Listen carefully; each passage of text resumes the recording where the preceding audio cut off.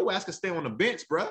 You feel me? We don't care how much money we paying you. You feel me? If you're not doing what Heat culture is doing, which is running up and down the court, playing defense, did none of the other, sacrificing yourself for your teammates, then we don't need you. It don't matter how much you're getting paid.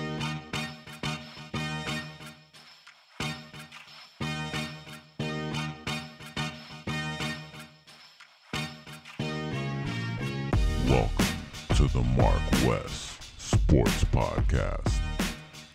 Person, a man or woman should have a choice to have an abortion or not. I agree. I agree. Yeah. Let me segue, right? Since we're talking about abortions, right? So we're talking about abortions. Who will the Miami Heat abort? Hey, there's a few people that they can actually before abort. We do that, we might as well start the podcast like we normally do, because we got off on a tangent. You know what I'm saying? It's the MarcWes Sports Podcast. My name is Marcus Benjamin. His name is Wesley Pierre, and we give you that real sports talk from a Miami-Dade perspective, giving you that real Miami-Dade sports talk. So we just kind of got off on this whole adoption situation, since that's the talk of the town. Abortion. I'm sure. Abortion. Sorry, big difference there. You know, but yeah, man. Like, Chris just said, who should we abort as far as the Miami Heat is concerned? The NBA draft just happened last night, and we got Nikolai Jovic, you know, looked like sound like Nikolai Jokic, who was the MVP. Exactly. You know, I almost thought like, okay, so we got Nikolai Jokic. No, Nikolai Jovic from Serbia. But he looked like he had some swag to him, you know what I'm saying? And he's a versatile big man from the highlight tape that I seen. You know, he's like a stretch big, you know, can shoot it, can dribble it, you know, and he's like 6'11". So definitely seemed like he's a Heat guy, somebody we will not be aborting at this time. We basically adopted him, you know what I'm saying? So as far as aborting for the Miami Heat, to me, it's a no-brainer. And I think we already talked about this before, that Duncan Robinson, man, you got to go, man. Got to pack your bags. I mean, you've been great, and you made the bag, and, you know, you got notoriety. People know who you are. So there's going to be a market for Duncan Robinson for sure. There's going to be about 10 teams that want his services, because he's a good shooter, you know. And the other player for me is Kyle Lowry, man. Thank you. Kyle That's Lowry, how I fuck with you.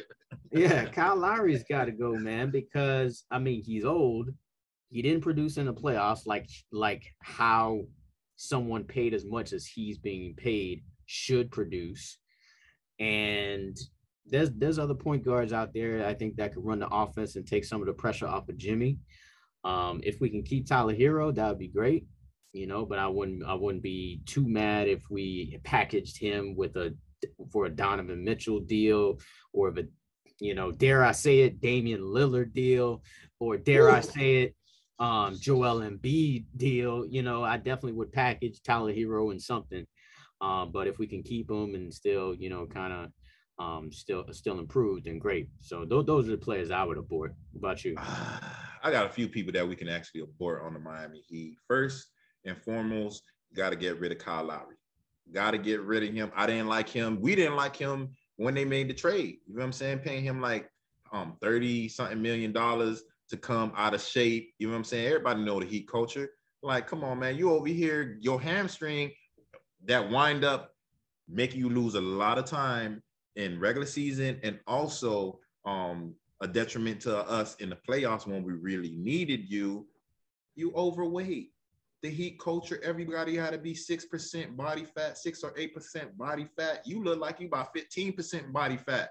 You know what I'm saying? That's why you always wear big shorts. You know what I'm saying? I think Chris had mentioned something like that before. You know what I'm saying? Everybody wearing big shorts. You showing up the way you showing up. I'm like, come on, man.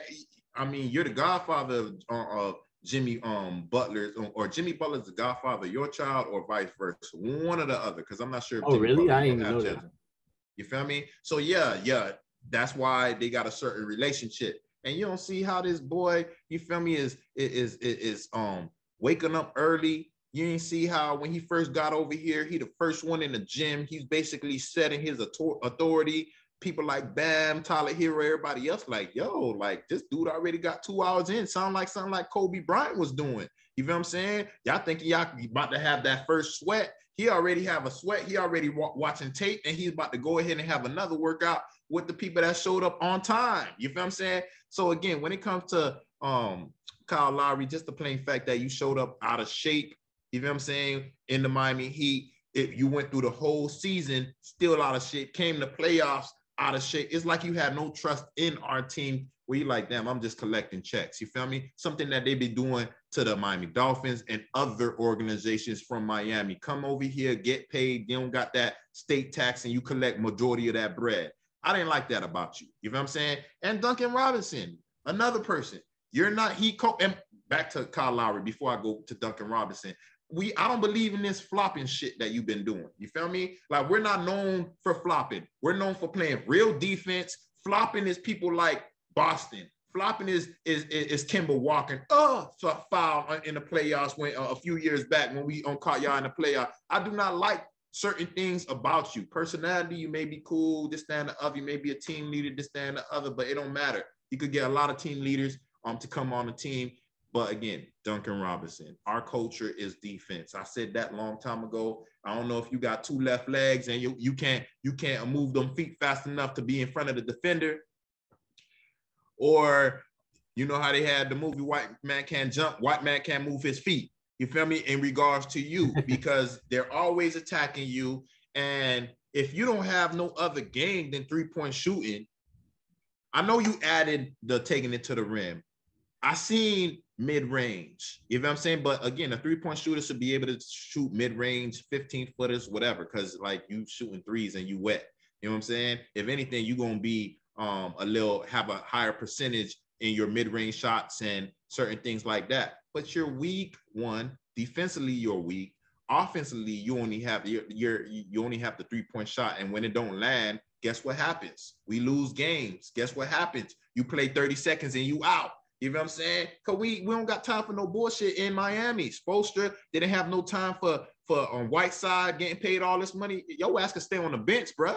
You feel me? We don't care how much money we paying you. You feel me? If you're not doing what Heat culture is doing, which is running up and down the court, playing defense, did that and the other, sacrificing yourself for your teammates, then we don't need you. It don't matter how much you're getting paid. Now, same thing when it comes to Duncan Robinson. Nobody cares how much you're getting paid. Your ass going to be on the bottom of the bench. You feel what I'm saying? And we're going to have people like Victor Oladipo, Gabe Vincent, and Strus taking all those minutes that would have been for you. So you got to go because you don't play defense. Your offense is easy to actually play chess with. Just run him off the 3-point line, and he's going to gook out. You know what I'm saying? Anyone else that I would have gone? Not really. You feel me? Because everybody else shows up. Everybody else, plays defense.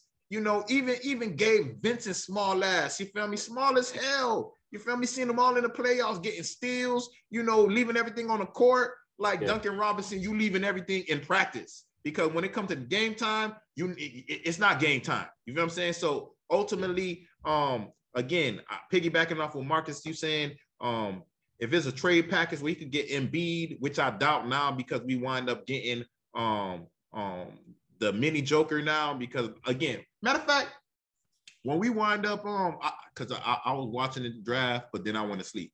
I'm like, we were like 22nd. I ain't gonna stay up for all that shit. I didn't watch what I'm saying? Boom. So I watched the first 5 picks. But then when it actually when we wind up, I woke up and I seen Nikola Jovic. I thought it was the Joker. I'm like, what the hell did we do? What did we trade? You feel me? I'm over here going crazy, like, yo, wife like that. What's going on? I almost woke up the baby. I'm like, we got this dude. Then I have to go ahead and check it, and it's him. Now, I was excited before, but I'm happy with him too. 6'11", 225 pounds. I mean, you have a dribble game. You got a little body to you. You feel me? And you're a rookie. You got a body to you. And you got the 3-point game. You got the 3-point game, something that Bam don't have. That's the only thing that Bam don't have. You feel me? You got him stretching the paint. Floor. Yeah. Come on, stretching the floor is gonna give Jimmy Butler and everybody else that's normally in the paint a clear path to the rim and probably a free throw line, because you know Jimmy always draw fouls. Bam, he normally finishes at the rim. So for me, draft pick amazing. Abortion is Kyle Lowry and Duncan Robinson. You know, and again, you ain't heard no rumblings, you know, about Kyrie Irving